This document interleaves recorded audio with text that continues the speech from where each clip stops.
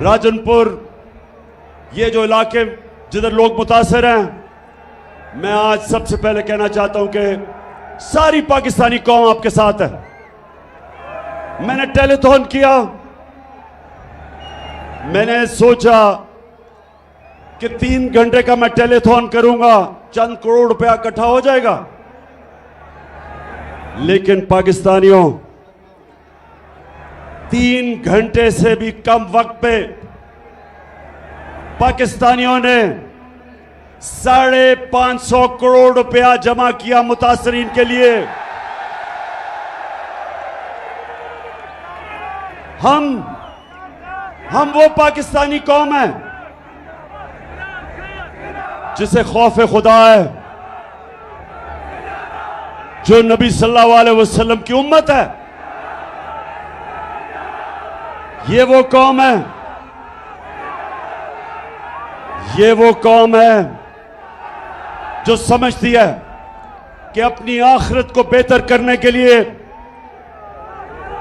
हमारे ऊपर ये फर्ज है कि हम उन लोगों की मदद करें जो मुश्किल में हैं। और मुझे इतना फख्र हुआ सरगोदा, मुझे इतना फख्र हुआ कि मेरे बैरून मुल्क पाकिस्तानियों ने जिस तरह दिल खोल के पैसा दिया,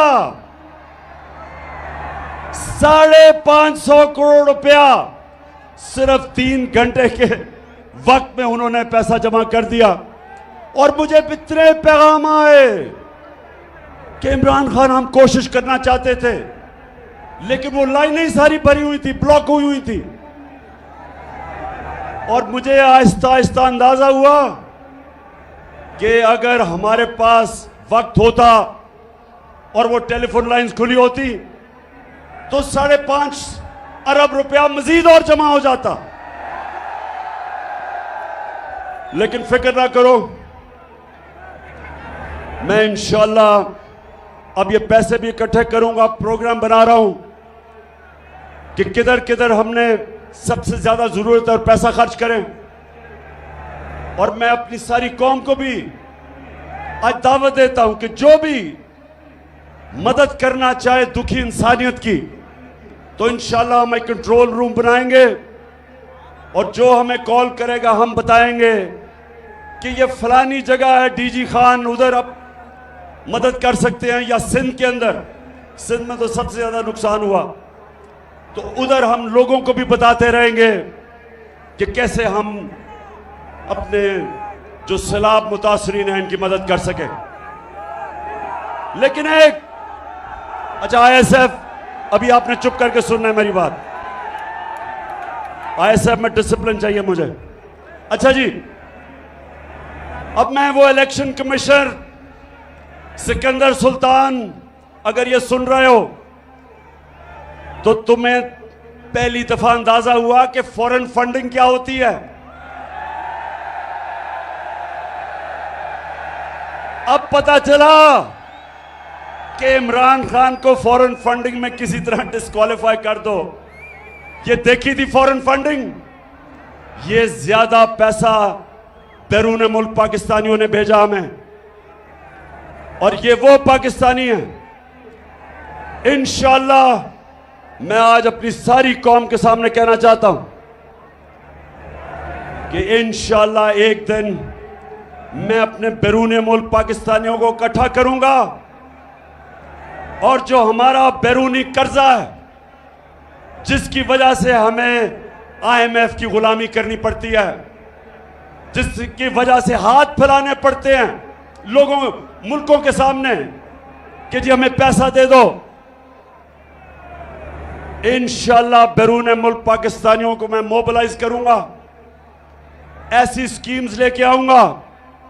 ये मेरा ईमान है कि हम ये जो इस मुल्क के लुटेरों ने कर्जा चढ़ाया हमारे मुल्क में, मुल्क को लूट लूट के पैसा बाहर ले गए, और जो हमारे ऊपर ये कर्जे का बोझ, जिसकी वजह से हमारी इज्जत जाती है जब हम लोगों के सामने, मुल्कों के सामने हाथ फैलाते हैं।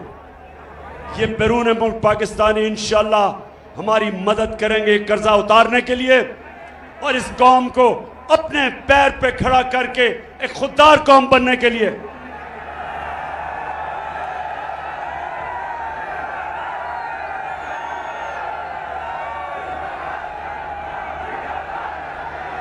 पाकिस्तानियों और सरगोदा के बाशऊर मेरे शहरियों, वैसे मैं कभी नहीं समझता था इतनी तादाद में सरगोदा के लोग निकलेंगे।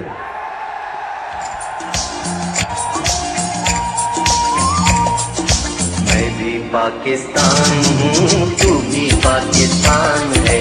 मैं भी पाकिस्तान हूँ, तू भी पाकिस्तान है। तू तो मेरी जान है, तू तो मेरी आन है, तू मेरा ईमान है। अच्छा सरगोदा,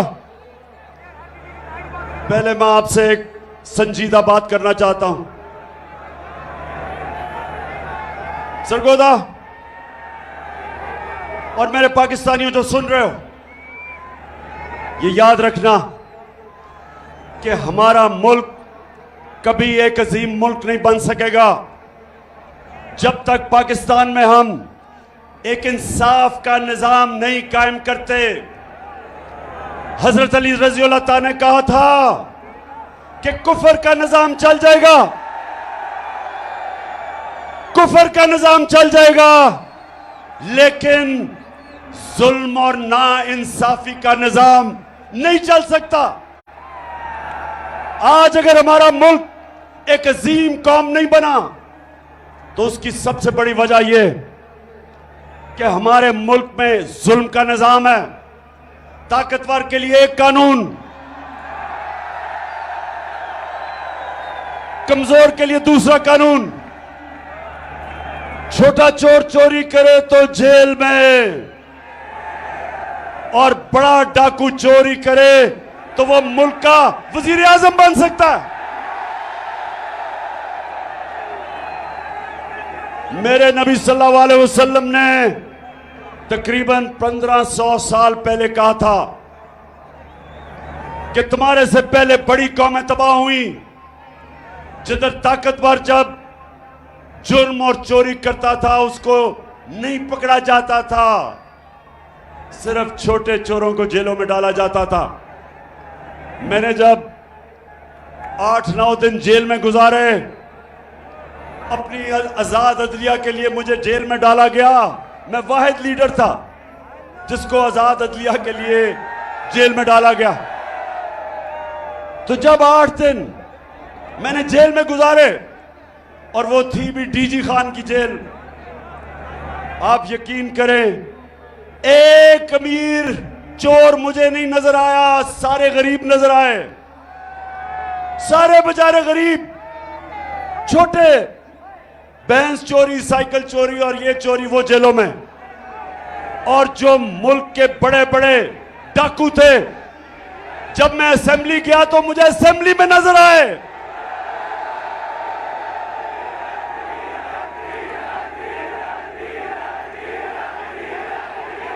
बिल्कुल ठीक कह रहे हो। उन लुटेरों में से एक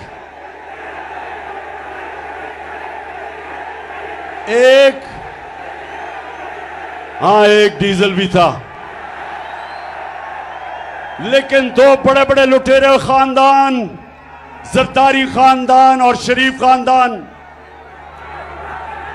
ये सारे आपको आज जो ऊपर बैठे हुए हैं, बैरूनी साजिश के तहत हमारे ऊपर मुसल्लत किए गए ये जो लुटेरे बैठे हुए हैं। सरगोदा, मैं सारी अपनी कौम को आज तैयार कर रहा हूं कि हकीकी आजादी की तहरीक में सब शामिल हो, क्योंकि जब तक ये चोर ऊपर बैठे रहेंगे, इस मुल्क का कोई मुस्तकबिल नहीं है। तो मेरे क्या फिर से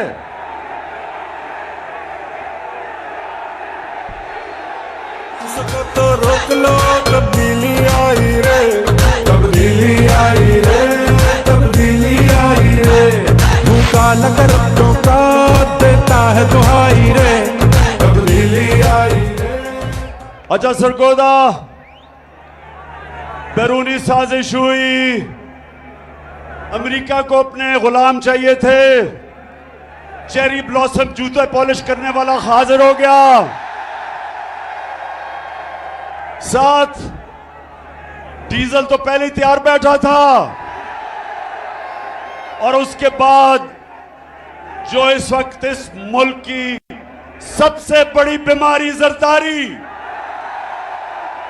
जरदारी की पता क्या बीमारी है? जरदारी की बीमारी यह है कि वो जब नोट देखता है ना, वो पैसे देखता है, उसका जिस्म, उसकी कांपें टांगनी शुरू हो जाती है, उसकी मूछें ऊपर नीचे जानी शुरू हो जाती है, उसको बीमारी है। उसको यकीन, मैं आपको यकीन बनाऊं, उसको पता भी नहीं कि 30 साल में उसने कितना पैसा चोरी किया पाकिस्तान का और मुल्क से बाहर ले गया, लेकिन अभी भी बीमारी है, चला जाता नहीं है, लेकिन पैसे के पीछे अभी भी जान देने के लिए तैयार है। तो ये तीनों इकट्ठे हो गए, मिल गए, इनके साथ और साजिशी बैठे हुए थे पाकिस्तान में, बैरूनी साजिश, इन चोरों को हमारे ऊपर मुसल्लत किया गया और इन्होंने कहा कि अब इमरान खान की सियासत खत्म, अब ये फिर से हम इनके बच्चों की नीचे हम इनकी गुलामी करेंगे। लेकिन कुरान में अल्लाह कहता, एक प्लान इंसान बनाता है और एक प्लान अल्लाह बनाता है, और कामयाब सिर्फ एक प्लान होता है अल्लाह का। अल्लाह का प्लान ही कुछ और था। अल्लाह ने लोगों के दिल मोड़े, कौम जिस तरह अब निकल रही है, लोग तो यहां मिठाइयां बांटते थे जब गवर्नमेंट जाती थी, तो जिन्होंने साजिश की थी वो हक्के बक्के रह गए, कौम सड़कों पे आ गई, खुद निकलना शुरू हो गए। नौजवान तो पहले ही तैयार थे, लेकिन पाकिस्तान की पहली दफा आजादी के बाद पहली दफा हमारी ख्वातीन भी इस तहरीक में शिरकत किया उन्होंने, बल्कि स्कूल के बच्चे भी शिरकत कर रहे हैं।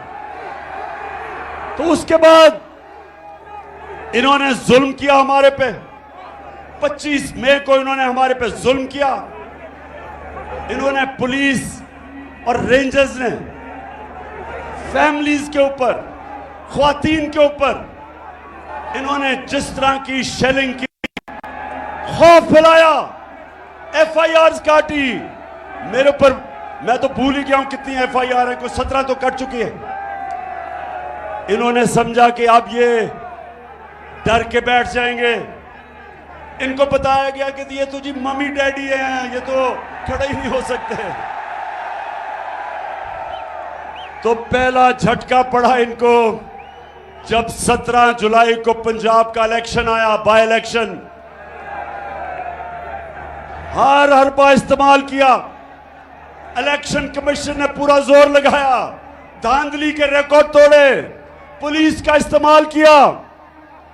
इस सब के बावजूद हमजा कुकड़ी को फारग करना पड़ा। अब जब ये इलेक्शन हार गए,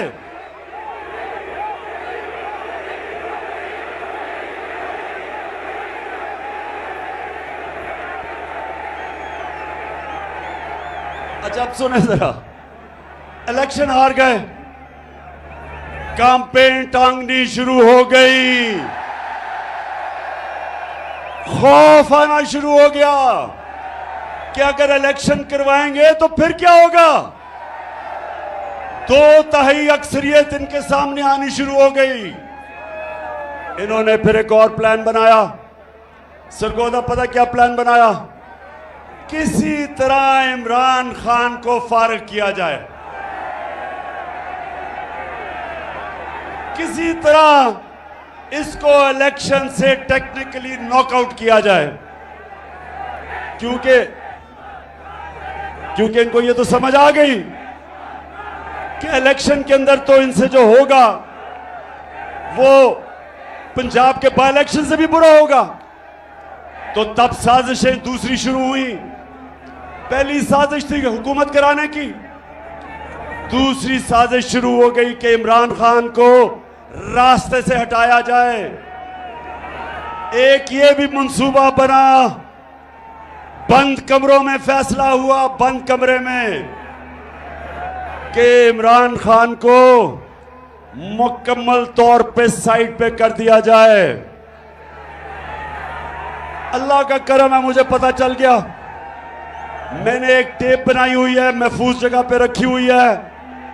उन 4 लोगों के नाम मैंने लिखे हैं जो उस साजिश में मुलव्विस थे, कि अगर मुझे कुछ हुआ तो मेरी कौम उन 4 को नहीं छोड़ेगी।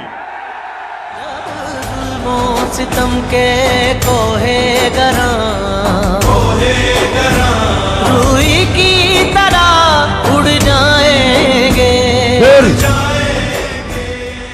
फिर वो जो इनका पालतू इलेक्शन कमिश्नर, उसको कहा कि इसको इमरान को डिस्क्वालीफाई किया जाए।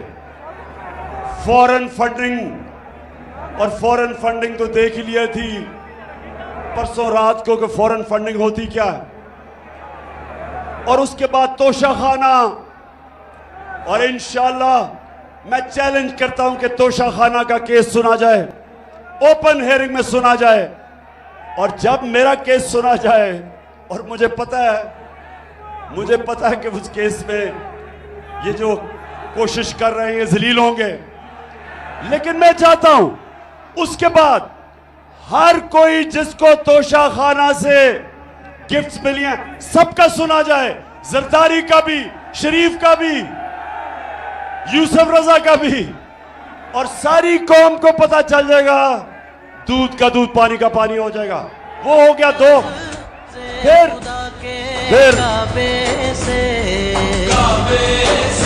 सब बुत उठवाए।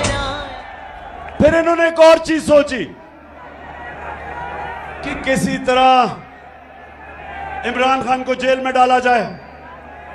पहले इन्होंने, अब ये जरा सुने, 27वीं रमजान को सुने, जरा ऐसे गौर से सुनो।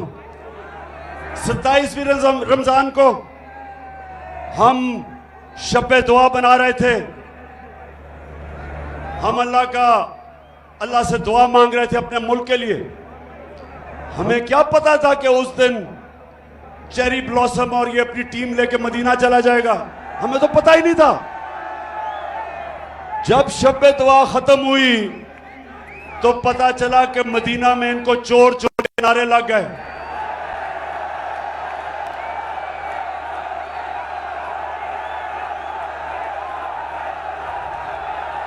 अब मदीना में इनको चोर के नारे लगते हैं और FIR इमरान खान पे कट जाती है तौहीन मजहब पे। और मेरे पे और हमारे कई लीडर्स पे छप तौहीन मजहब की FIR कट जाती है। मदीना में नारे कोई लगाता है, FIR हमारे पे कट जाती है। फिर सुने, फिर क्या होता है। मैं अपना, मेरा जो चीफ ऑफ स्टाफ था शहबाज गिल, उसको पहले अगवा कर लेते हैं, फिर उसके ऊपर तशद्दुद होता है, नंगा करके उसके ऊपर तशद्दुद किया जाता है, जिनसी तशद्दुद किया जाता है। और मैं तो सिर्फ ये कहता हूं, मैं ये कहता हूं कि जो लोग जिम्मेदार थे, जिन्होंने ये तशद्दुद नहीं रोका, उनके ऊपर कानूनी कार्रवाई की जाएगी, कानूनी कार्रवाई की जाएगी। उसके ऊपर मुझे दहशतगर्द बना देते हैं, दहशतगर्दी का केस कर देते हैं। सारी दुनिया के अंदर पाकिस्तान का मजाक उड़ता है। कभी मैं दुनिया के अखबारों में फ्रंट पेज पे नहीं आया। ये जो मेरे ऊपर दहशतगर्दी का FIR काटते हैं और मुझे पकड़ने भी आ रहे थे, सिर्फ एक वजह से कि किसी तरह इमरान खान को रास्ते से हटाया जाए, दहशतगर्द बना दिया। वो शहबाज गिल का किसी ने नहीं पूछा कि कौन सी दुनिया का महजब माशरा इजाजत देता है कस्टोडियल टॉर्चर को। उस बेचारे कैसे जो करते हैं उसका जो ज़हनी दबाव उस पर पड़ता है। तस्वीरें उसकी चल रही हैं सोशल मीडिया पे जो जुल्म किया जाता है उससे। और यही नहीं रुकता, एक सहाफी जमील फारूकी उसको भी पकड़ के उठा लिया जाता है, उसको भी नंगा किया जाता है, उस पर भी तशद्दुद किया जाता है। और फिर हमारा सिंध का ऑपोजिशन लीडर हलीम आदिल शेख, उसके ऊपर 27 FIR काटी जाती हैं। सिंध असेंबली का ऑपोजिशन लीडर, वो एक केस से निकलता है दूसरे में जेल में डाल देते हैं, उसके ऊपर तशद्दुद करते हैं। और जब सारी कौम ये जब तमाशा देखती है और इंसाफ मांगती है, तो ये नून लीग वाले कहते हैं कि इमरान खान को डिस्क्वालीफाई करना चाहिए। नून लीग वाले बड़े गौर से सुन लो, तुम ये जो कहते हो कि इमरान खान को डिस्क्वालीफाई किया जाए क्योंकि नवाज शरीफ को किया गया, मेरे ऊपर केस बनाया जा रहा है किस चीज का? दहशतगर्दी का। क्यों? क्योंकि मैं कहता हूं कानूनी कार्रवाई की जाए उनके खिलाफ जिन्होंने ये तशद्दुद नहीं रोका। अब नवाज शरीफ के ऊपर क्या था, जरा गौर से ये मैं आपको वीडियो दिखाऊंगा, जरा ये वीडियो देखना।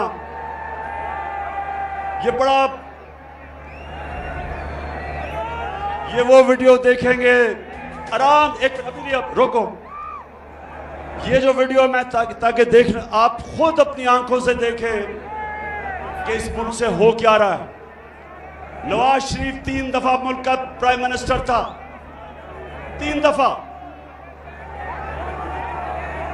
उसका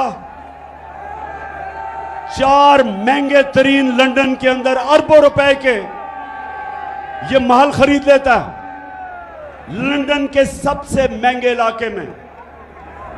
तो मैं जब पूछता हूं इनसे आज से 10 साल पहले कि जनाब ये किधर से पैसा आया महलों का, तो ये जरा आप सुने, ये आज से 10 साल पहले की गुफ्तगू है, सुने जरा ये।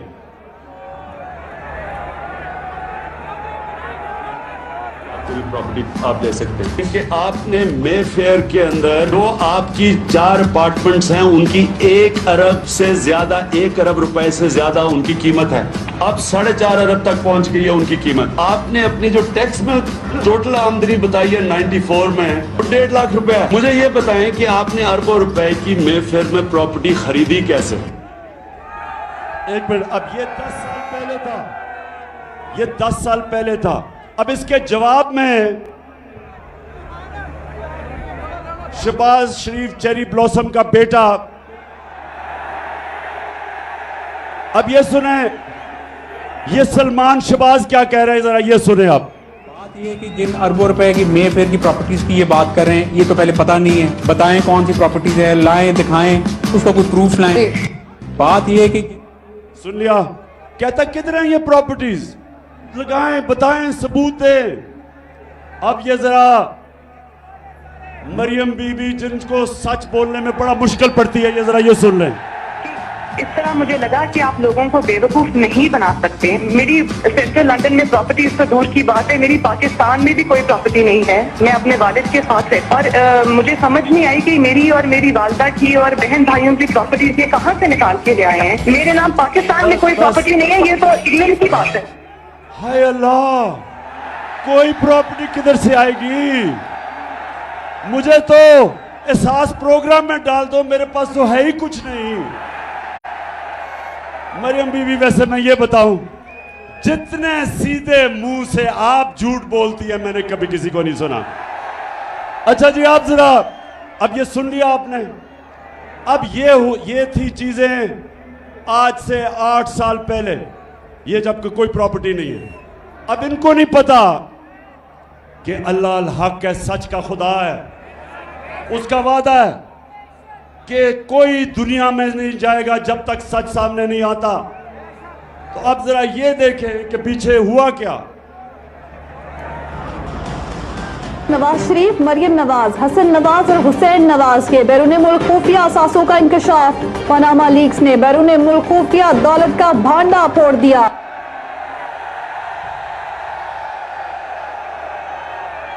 पाकिस्तानियों, अल्लाह अल हक है, सच का खुदा है।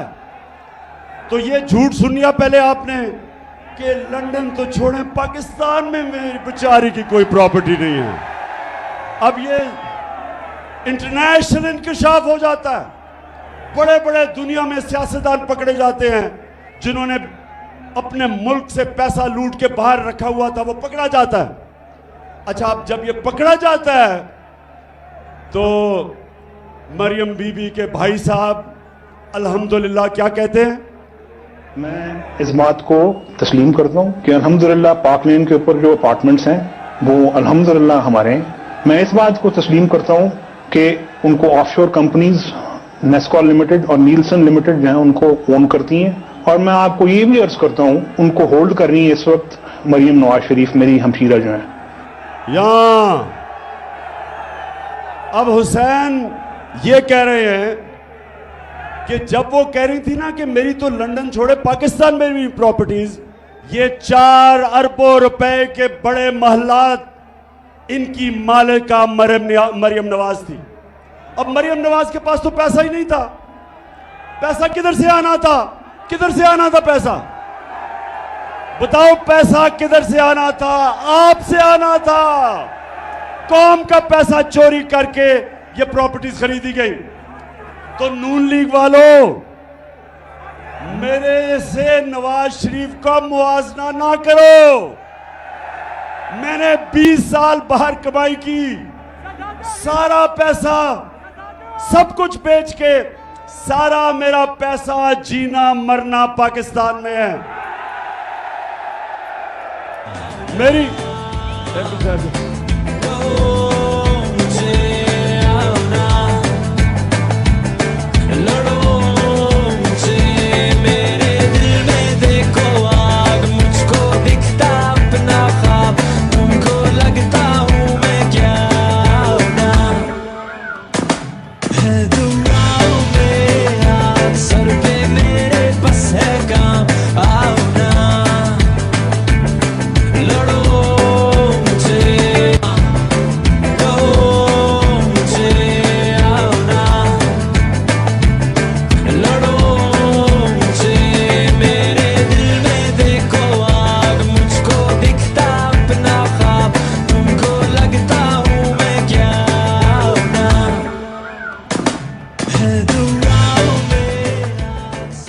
अच्छा जी, अच्छा अब एक तरफ और मेरी बहनों, आपने गौर से सुनना है कि जब एक कौम की ख्वातीन जाग जाएं तब असल में इनकलाब आता है, क्योंकि घरों में इनकलाब आ जाता है। अब हालात ये हैं कि बाप नून लीग में है, पीछे से बीवी बच्चे सारे पीटीआई में, क्योंकि ख्वातीन के अंदर ना अल्लाह ने एक रेडार डाला हुआ है। रेडार वो है सच का रेडार। औरतें बड़ी जल्दी सच पे पहुंच जाती हैं। क्यों? इसलिए कि जब बच्चा पैदा होता है तो वो तो नहीं बोल सकता, तो वो मां जो होती है बच्चे की शक्ल से पहचान जाती है कि बच्चे को किस चीज की जरूरत है। वो शक्ल से समझ जाती है। वो जब ये नून लीग के चेहरे देखती है और जरदारी के, उसको पता है कि ये चोर है। अच्छा, तो एक तरफ तो पैसा है इस मुल्क का चोरी करके, ये और जरदारी खानदान और शरीफ मुल्क से बाहर आपका पैसा चोरी करके, ये जो फ्लैट खरीदे गए हैं ये आपके पैसे से खरीदे गए हैं। और इसलिए मैं 26 साल से जहाद कर रहा हूं इनकी करप्शन के खिलाफ। क्योंकि करप्शन क्या होती है? चोरी और करप्शन में क्या फर्क है? आईएसएफ, चोरी और करप्शन में क्या फर्क है? चोरी होती है जब आपके घर में जाके कोई चीजें चोरी करता है, उसको चोरी कहते हैं। करप्शन होती है जब कौम का पैसा चोरी किया जाता है, जब आप सबका पैसा जो स्कूलों पे लगना, जो अस्पतालों पे लगना है, जो सड़कों पे, जो मुल्क के बिजली बनाने में, जो चीजें सस्ती करने में पैसा होता है, वो चोरी में मुल्क से बाहर चला जाता है। इसलिए करप्शन कौमों को तबाह कर देती है। चोरी तो सिर्फ एक इंसान को नुकसान पहुंचाती है, करप्शन मुल्क तबाह कर देती है। तो ये क्यों चोरी करके पैसा बाहर भेजते हैं? ऐसे बताओ क्यों पैसा बाहर भेजते हैं? क्योंकि अरबों रुपया आप अपने बिस्तर के नीचे नहीं रख सकते। अरबों रुपया अगर आप मुल्क में रखेंगे तो लोग पूछेंगे किधर से पैसा आया। इसलिए चोरी करके मुल्क से बाहर पैसा भेजते हैं, तो अपना पैसा बाहर। और आजकल चेरी ब्लॉसम शहबाज शरीफ लोगों के पास जा रहा है। बड़ी तकलीफ है इसको मुतासरीन की। जहाजों से चीजें फेंकी जा रही हैं सिर्फ तस्वीरें खिंचाने के लिए। शहबाज शरीफ, अगर तुम सीरियस हो तो अपने और भाई और जरदारी को कहो आधा भी अपना पैसा वापस ले आओ, तो हम कितनी मदद कर सकते हैं सैलाब मुतासरीन की। अच्छा, अब जरा ये सुने, शहबाज शरीफ जब से आया है मुल्क को शर्मिंदगी पे शर्मिंदगी उठानी पड़ रही है। जरा ये सुने क्या कहता है। मैं सऊदी अरब से होके आया हूँ, मैं यूएई के होके, अभी मैं तुर्की होके आया हूँ, और मैंने उन भाइयों को कहा कि आप हमारे बड़े अजीम भाई हैं, हमेशा आपने हमारी मदद की। और मैंने यही कहा, जब मैं आया हूँ तो आप समझेंगे शायद ये मांगने आया, मैं मांगने नहीं आया, लेकिन जब मैं आया हूँ तो आप समझेंगे शायद ये मांगने आया, मैं मांगने नहीं आया, लेकिन मजबूरी है। जिस तरह माजी में 75 साल में आपने हमारा हाथ बटाया है, कुछ अर्सा आप हाथ बटा। बहुत मजबूरी है क्योंकि हम सारा पैसा चोरी करके बाहर ले गए हैं, तो अब मजबूरी है। तो खुदा के वास्ते पैसा दे दे। पाकिस्तानी जो बाहर बैठे हैं उनको कहते हैं कि पाकिस्तान पैसा लेके आओ, और यहां से चोरी करके पैसा बाहर ले जाते हैं। नौजवानों, कोई मुझे बताएं, आज मुझे कोई दुनिया का सरबराह बताएं, बनाना रिपब्लिक्स का नहीं, जो कि मुल्क तरक्की याफ्ता मुल्क है, मुझे एक सरबराह बताएं जो पॉलिटिक्स कर रहा है अपने मुल्क में और उसका पैसा भी बाहर पड़ा है, उसके बच्चे अरबों रुपए के घरों में रहते हैं, और जब उनसे पूछें कि पैसा किधर से आया था घर खरीदने का, तो कहते हैं हम तो जवाबदेही नहीं, हम तो पाकिस्तान के शहरी नहीं हैं। इनको हमारे पे मुसल्लत किया गया, इसलिए मैं आपके पास आया हूं कि पाकिस्तानी कौम, आपने मेरे साथ खड़ा होना है, और हमने हकीकी आजादी इन लोगों से छीननी है। फिर से तू अड़ जा, फिर से तू डट जा, फिर से वो बल्ला घुमा।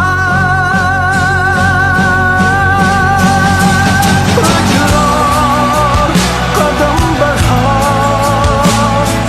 फिर से वो लम्हा दोहरा, जब जीत के आया था, फिर से वतन को जिता। एक और कदम बढ़ा। सरगोदा, अब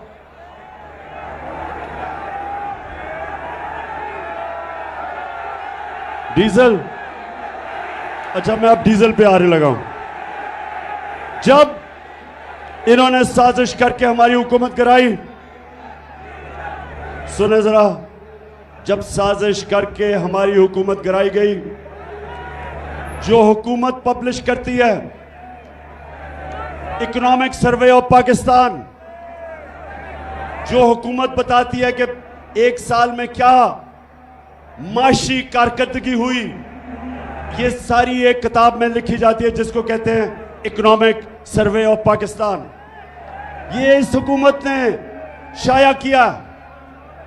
इसके मुताबिक, सरगोदा जरा ये गौर से सुने, नौजवान आपकी तवज्जो खास तौर पे चाहिए। ये कहते हैं इसके मुताबिक कि पिछले 2 साल में जो हमारे 2 आखिरी साल थे, पाकिस्तान की जो माशी तरक्की थी, तीसरे साल में 5.6% और चौथे साल में 6%। 17 साल के बाद ये पाकिस्तान की बेहतरीन इकोनॉमिक परफॉर्मेंस हुई थी।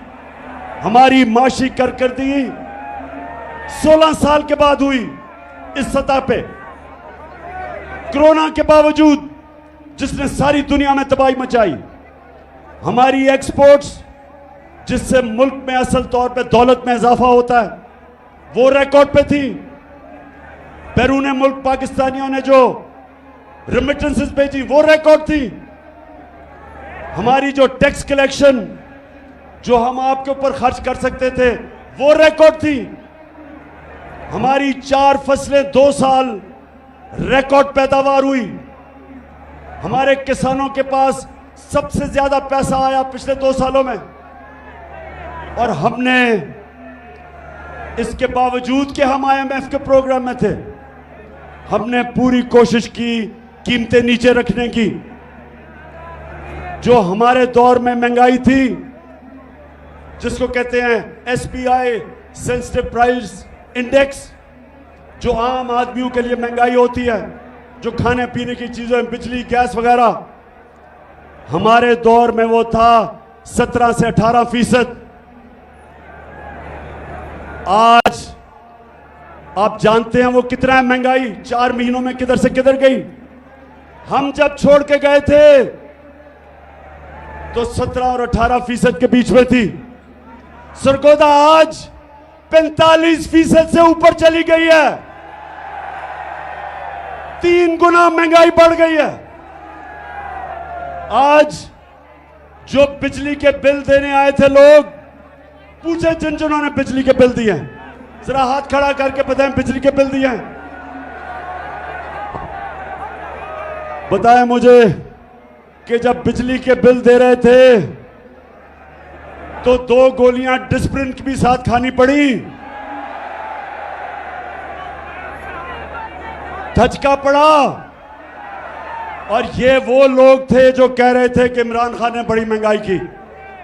मैं तो आज पहले तो अल्लाह तेरा शुक्र अदा करता हूं, तू अल्लाह हक है। लेकिन वो जो टीवी चैनल्स, मैं जरा आज वो लिफाफे वाले लोग, लिफाफे सहाफी, पैसे लेके मीडिया चैनल वाले, आज जमीर फरोश मीडिया वालों, जरा लोगों से तो पूछो उनके ऊपर क्या गुजर रही है आज। अब पूछो कि वो बिजली का बिल दे या स्कूल की फीस दे या वो बच्चों के लिए खाना लेके आए। 45% से आगे बढ़ गई है महंगाई, 3 गुना ज्यादा। और ये भी सुन लें, जब हमारी हुकूमत थी तो सबसे वो हमने काम किए जो पाकिस्तान की तारीख में नहीं हुए।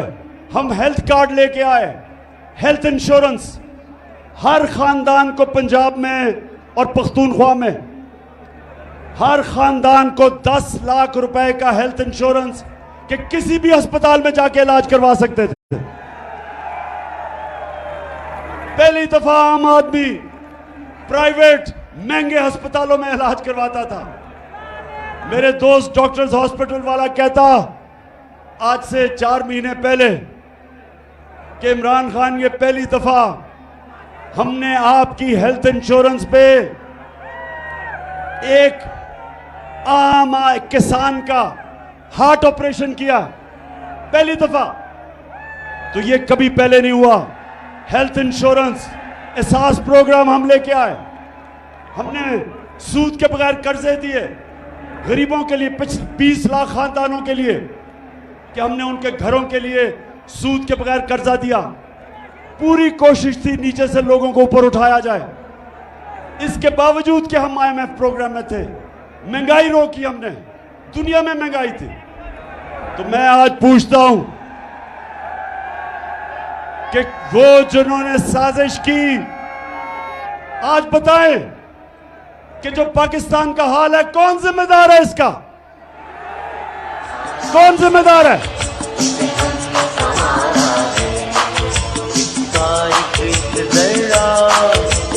जान से प्यारा है, इसका एक जरा हमें जान से प्यारा है। ये देश हमारा है। मैं आज ये सवाल पूछता हूं, मैं पाकिस्तानी होते हुए सवाल पूछता हूं कि जब हमारा मुल्क सही रास्ते पे लगा हुआ था, तरक्की की तरफ जा रहा था, जो क्रेडिट रेटिंग थी पाकिस्तान की, मूडीज की, फिच की, सेटिस्फैक्टरी थी, कौन सी क़यामत आई थी कि हमारी गवर्नमेंट गिरा के और इन चोरों को ऊपर मुसल्लत करो? कौन जिम्मेदार है इसका? और बजाय आज कल के दिनों में कि ये सोचो कि ये मुल्क को तबाही की तरफ लेके जा रहे हैं। इस वक्त माइशत नीचे जा रही है, फैक्ट्रियां बंद हो रही हैं, एक्सपोर्ट्स कम हो रही हैं, बैरून मुल्क पाकिस्तानी कम रेमिटेंसेस भेज रहे हैं। आज मैं पूछता हूं कि जिस तरफ ये मुल्क को लेके जा रहे हैं, क्या किसी को फिक्र नहीं अपने मुल्क की, जिनके पास ताकत है फैसला करने की, इसको मुल्क को इस दलदल में से निकालने की? सिर्फ एक रास्ता है, साफ और शफाफ इलेक्शन करवाओ, उसके अलावा कोई दूसरा रास्ता नहीं है। और मैं आज ये भी कहना चाहता हूं कि जिस तरह मुझे दीवार से लगाया जा रहा है, कभी दहशतगर्दी के केस और कभी तौहीन मजहब के केस और कभी किस किस्म की FIR मेरे लोगों के ऊपर किया जा रहा है। हलीम आदिल को जो जुल्म किया जा रहा है, ये जरदारी डाकू जो उसके ऊपर जुल्म कर रहा है, सिंध में ऑपोजिशन लीडर होते हुए, जो शहबाज गिल से हुआ, जो हमारे ऊपर FIRs के अलावा धमकियां दी जा रही हैं, टेलीफोन करके लोगों को डराया जा रहा है, जो सहाफी लगता है कि हमारी फेवर कर रहा है या हमारे लिए आवाज बुलंद कर रहा है, उनके खिलाफ एक्शन लिया जाता है। अरशद शरीफ जैसे एक ऐसा सहाफी जिसको सब जानते हैं कि एक अपने ज़मीर के मुताबिक लिखने वाला, उसको ARY प्रेशर डाल के निकाला गया, साबिर शाकिर को निकाला गया, इमरान रियाज के ऊपर उसको जेल में डाला गया, FIR कटवाई गई, जमील फारूकी को जो उन्होंने किया उससे, और उसके अलावा अयाज अमीर और समी इब्राहिम जैसे दानिश्वर, उनको जो जलील करने की कोशिश की गई, सिर्फ एक वजह कि किसी तरह इमरान खान की कोई हिमायत ना करे, उसके लिए कोई लिखे ना, कोई मीडिया उसको दिखाए ना। सिर्फ एक वजह से सारे केसेस किए जा रहे हैं, एक वजह से कि किसी तरह इमरान खान को रास्ते से हटा के और इन चोरों को इलेक्शन जिताया जाए। तो मैं पाकिस्तानियों, आखिर में मेरी अब जरा बात सुने। देखें, 20 साल मेरी जिंदगी खेलों की ग्राउंड पे गुजरी। 20 साल, शायद ही कोई इतनी देर इंटरनेशनल क्रिकेट खेला हो। 10 साल मैं कप्तान था, और कप्तान इतनी देर क्रिकेट खेल के मुझे मैच के दौरान पता चल जाता था कि कब अब जो मुखालिफ है वो मैच हार गया। मैच के दौरान मैं समझ जाता था, एक वक्त आ जाता था कि मुझे ये एहसास हो जाता था कि अब ये जो मर्जी भी मेरा मुखालिफ करे, अब ये नहीं जीत सकता। ये सारी ऑपोजिशन, ये जो गवर्नमेंट में बैठे हुए हैं चोर, मैं आज इनको पैगाम दे रहा हूं कि वो टाइम आ गया कि जो मर्जी हरबा आप इस्तेमाल कर ले, अब ये मैच नहीं जीत सकते आप।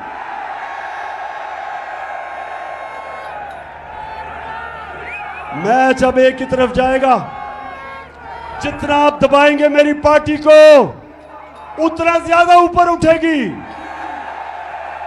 जितना आप मीडिया से उसको दबाएंगे, ये इस तरह सरगोदा स्टेडियम, सरगोदा की तारीख में इस तरह स्टेडियम में लोग नहीं आए जिस तरह आज आए हैं।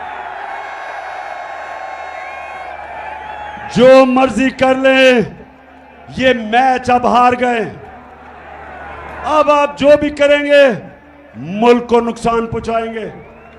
मुल्क का सोचे, जाती मफादात का ना सोचे।